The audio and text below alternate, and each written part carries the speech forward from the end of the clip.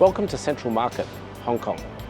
This fancy, modern and newly renovated space used to be the biggest wet market in Southeast Asia. That time has passed and the building has evolved into what you see now. But its long history sheds light on the history of the city itself. In 1841, the Chinese ceded possession of Hong Kong to the British as part of a treaty which ended the First Opium War. 2 years later, the precursor to this market, the Canton Bazaar, came into operation. Initially opened near the current-day Central Market, the bazaar was forced to relocate 3 times. First west, then east, before finally landing in its current location and rebranding to Central Market in 1850. It was then demolished and rebuilt several times.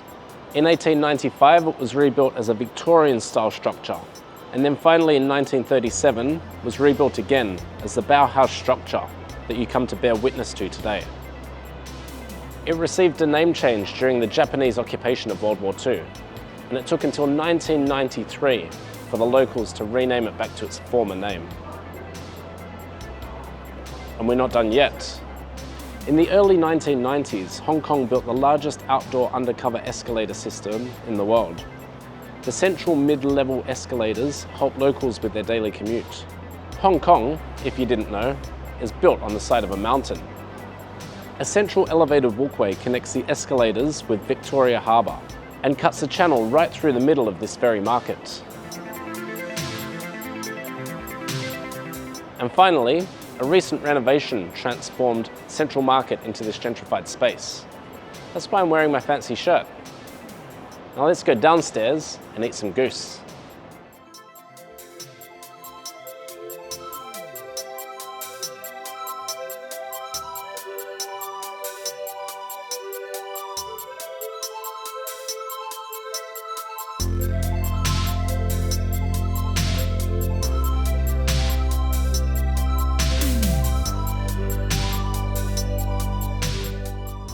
All that history talk has made me hungry. And looky what I got here. I've got some goose, I've got some red sausage, and I've got something that looks like fur, and then I've got some goose blood right there. So a bit of a feast, not a cheap feast. Hopefully it tastes good. All right, I'm gonna start with this red sausage. Oh, that's really nice. It's got like a Chinese sausage, the sweetness of the Chinese sausage coming through. It's got a bit of a Spam flavor as well in the pork.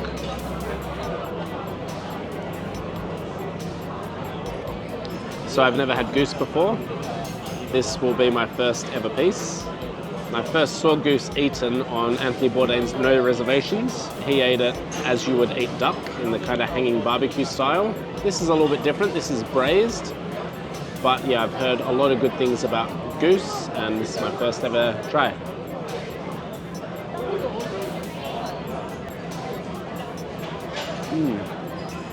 Oh, that is succulent.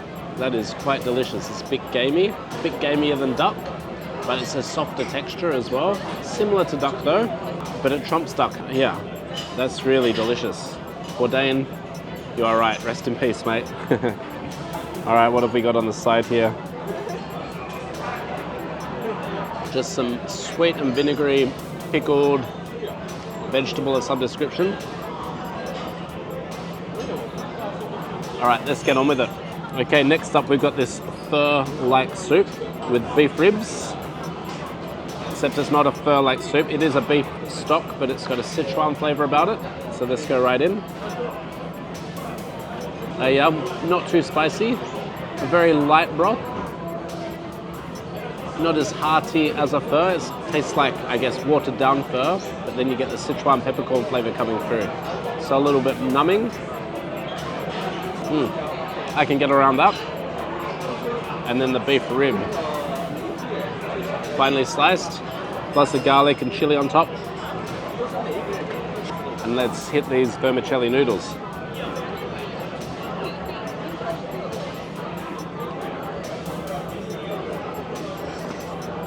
So if goose is the king of duck, then this dish is the baby brother of pho. Nice Szechuan flavor, but give me a bowl of pho any day. And finally, I couldn't resist. You know my feelings towards duck blood. This is goose blood. So we'll see if the succulent nature of the meat comes through in its blood.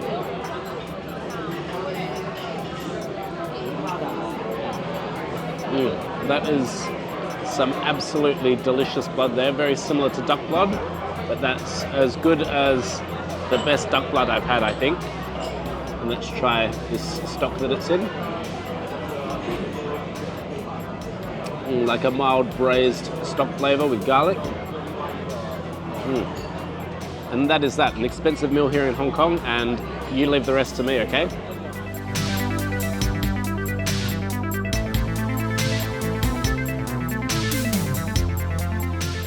So there you have it, a little bit of a history lesson at the Hong Kong Central Market.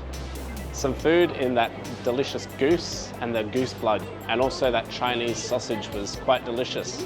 Calling it spam was a bit harsh, but it was definitely had like that really delicious meaty flavor. And finally, this sign-off on the mid-level escalator. So you get food, you get history, you get culture. It must be Tucker Eats. See you next time.